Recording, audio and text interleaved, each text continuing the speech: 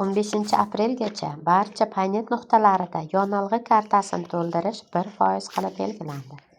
Assalomu alaykum kanalimiz kuzatuvchilari. Kanalda yangi bo'lsangiz, like va obuna tugmasini bosishni unutmang.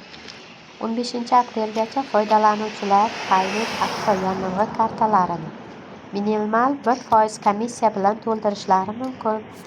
Barcha Paynet o'z-o'ziga xizmat ko'rsatish terminallari va Paynet operatorlari orqali to'ldirish, nafaqat ayoq ishda raqamli to'lovlarga o'tish va naqd puldan foydalanishni kamaytirish sharoitida Paynet kompaniyasi yonilg'i to'lovi uchun oddiy va qulay yechimni taqdim etadi.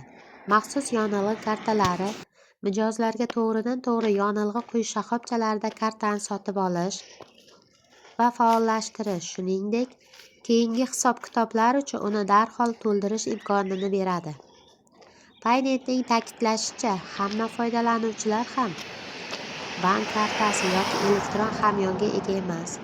Shuning uchun Atto bilan birgalikda yonilg'i uchun to'g'ridan-to'g'ri ayoq ishda to'lash mumkin bo'lgan to'lov kartalari ishga tushirildi.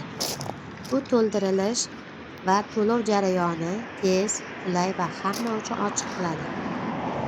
Agar foydalanuvchida yonilg'i kartasi mavjud bo'lsa, u Paynetning barcha shoxobchalarida, jumladan o'z-o'ziga xizmat ko'rsatish kioskalari va oddiy to'lov qabul qilish nuqtalarida hisobini 1% komissiya bilan naqd pulda to'ldirishi mumkin.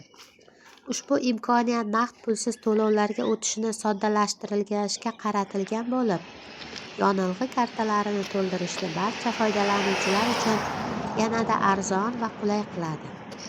Eslatib o'tamiz, 15-apreldan keyin 1% komissiya faqat yonilg'i quyish shoxobchalari operatorlarida qoladi.